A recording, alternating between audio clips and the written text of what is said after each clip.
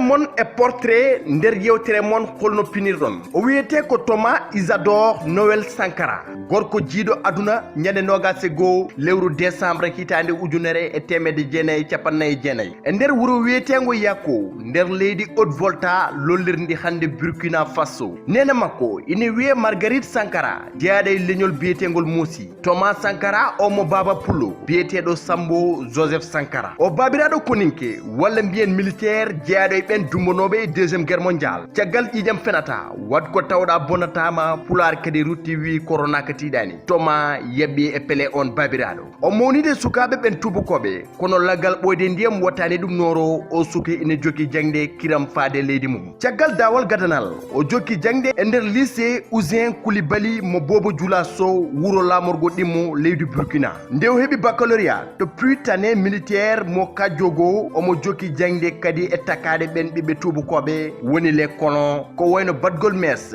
yaadu église kono meeɗa rendude ɓen ko wayno séminaire uji Thomas jokki formation officier to école militaire inter arme kono EMIA to Yaoundé lamorgo dowla Cameroun kanko wondude jaddiɗo makko Blaise Compaoré caggal on formation o jokki ɗanngal jangde to e nder leydi Madagascar e nder académie militaire mo Hann Sirab to o jangi science ko fati e dawrugol wondude jangde faggudu e ko wayno science agricole gandal ko fati e ndema koye on tuma e nder hitande ujunere e temedde jeenayyi capanɗe jeeɗiɗi jeegom o waɗa commandant mo Sénéc centre national d'entraînement commando toppo e nder diwan Naouri temedere capanɗe 2 kilométre wargo ngon lamorgo e nder nden hitande o jeeya e heblo to Maroc nden ɓe mbaɗi fedde wiyetende regroupement des officiers communistes hono ROC kanko wondude Arizongo Boukari Kaboré Blaise Compaoré e Jean Baptiste Boukari Lingani nder nden jangde to Madagascar o tawtorama hitande ujunere e temedde jeenayyi capanɗe jeeɗiɗi ɗiɗi révolution woni polgu yendingu laamu néocolonial mo Philibert Siranana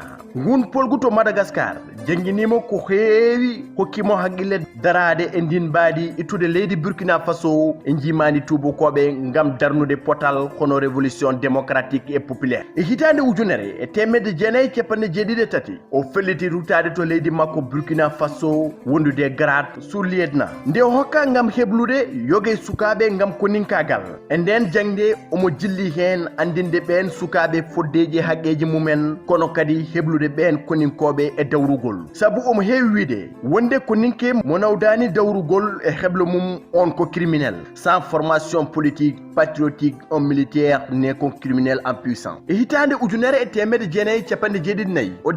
o dadi dadgal militaire e nder guerre leydi makko Burkina Faso wondude Mali ko nden tigui o waɗa capitaine e mayirde kitali ujunere temedde jeenayyi capanɗe jeeɗiɗi e darorɗe kadi kitali ujunere temedde jeenayyi capanɗe jeetati leydi Burkina Faso woni Kayambeya tampere sabu laamu ndin leydi e on saaha hayso ina wayli wona no feewi ɗum woni sababu yoge sukaɓe koninkoɓe ko wayno Thomas darade huccodirde ɓen ɓe laamu ngu woni juuɗe mumen koye nder ndun lewru novembre hitande ujunere e temedde jeenayyi capanɗe jeetati leydi Burkina Faso waɗi coup d'état hayso tawi o jeeyaka e on coup d'état kono kam o lundaki kadi e nden feere e lewru septembre hitande ujunere temedde jeenayyi capanɗe jeetati goo o suɓa secrétaire d'état à l'information e nder laamu colonel Say Zerbo ko adi omo démissionna caggal wasdemo yaadude e ittugol fodde hofgo juuɗe woni suppression du droit de grève ñande 21 avril hitande ujunere e temedde jeenayyi capanɗe jeetati ɗiɗi wondemo en direct e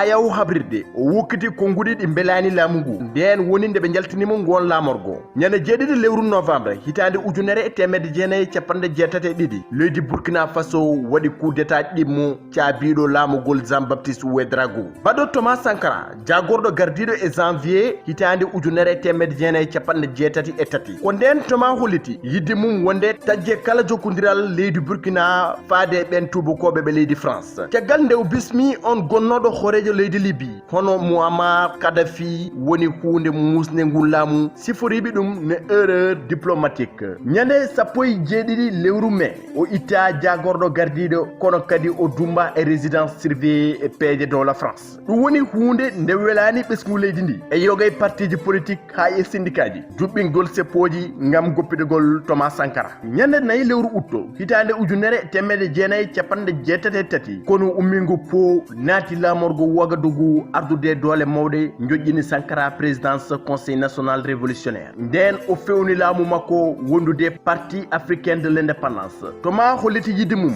hokkide leydi Burkina dole mum ha goto fof wawa yitade hoore mum ittude leydi Burkina Faso e juude France nde o fuɗɗi hokkirde balle ittude mbuñaari e daranade ngam welitare e jeytare rewɓe ñande nayi lewru utto o wayli inde république de Haute-Volta ngam wattude ɗum Burkina Faso e kala jibinande ndin leydi noddire Burkinabe Sankara uddi yoge gueɗe ngam hokkide leydi ndi dole mum fittude boli kala e saaha wattude haqqille mum e hokkude ndema dole mum taw leydi Burkina Faso so wona ko yeehi hoddiɓe ala ko sohlata e juuɗe hoddiɓe toma ustin joɓɗele ɓen liggotoɓe ngullamu nde leydi Burkina wawata fagitade e daranade potal waɗi loyer gratuite kina abbo e hitande o holliti balle gummotoɗe to caggal leydi wona hunde nde o sohli e on tuma sabu omo yiɗi nanude haqqillaji ɓiɓɓe leydi ndi ko kañumen tan mbawi waylude ndin leydi goɗɗo wawa arde ne fewnana ɗumen ɗum ɗon sabu o nanni haqqillaji ɓiɓɓe leydi makko ko kañumen tan mbawi waylude leydi mumen mbasta wurde ɗaminare hitande ujunere temmede jeenayi capanɗe jeetati e jeegom ɓesgu leydi ndi yiiti hoore mum no fewi Sankara itti heege e johli leydi Burkina Faso saabi cimtol haqqeji ngol fedde gotago windere oni sifi wonde Thomas Sankara itti heege e nder leydi Burkina e nder duuɓi nayyi nde o ari e laamu nde o holliti kala liggotoɗe laamu ngu nde ɓornoto comciɓe ɓen sañoɓe Burkina Faso pewnata e anje serwede leydi Burkina e hitande ujunere e temmede jeenayi e capanɗe jeetati joyyi o yaɓani longo leɗɗe e salade coppugol majje ha e cumoji Sankara darni ñalawma teddiniraɗo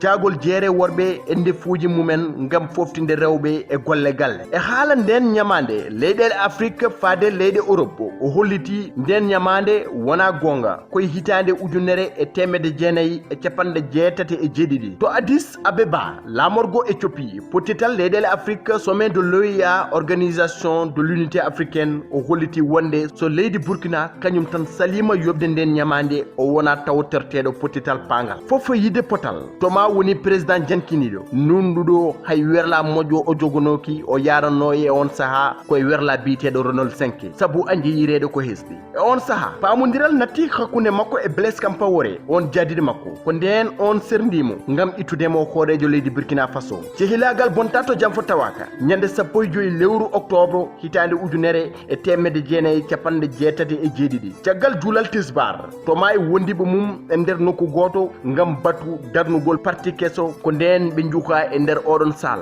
mayde ine yeeso kono gacci ine caggal ɓe dogani ko ɗon kure ɓuuɓe ɓalli mabɓe e wiide Aliou Traoré on goto dadɗe e wondiɓe makko Thomas Sankara e wondiɓe mum mbalto yiggural jarayil ɓe birna e nder genale dawñen e nder Wagadugu lamorgo Burkina Faso koye nder on jamma coup d'état radio habri joɗogol Blaise Compaoré on jadiɗo Thomas Sankara jam fiɗo mo darani cehilagal ma on mbar Sankara kono ujunnaje Sankara en ma jibine la patrie ou la mort nous vaincrons ko ɗum wonno seeɗe jubbande komin tonguno e gurnam capitaine Thomas Isadore Noël Sankara.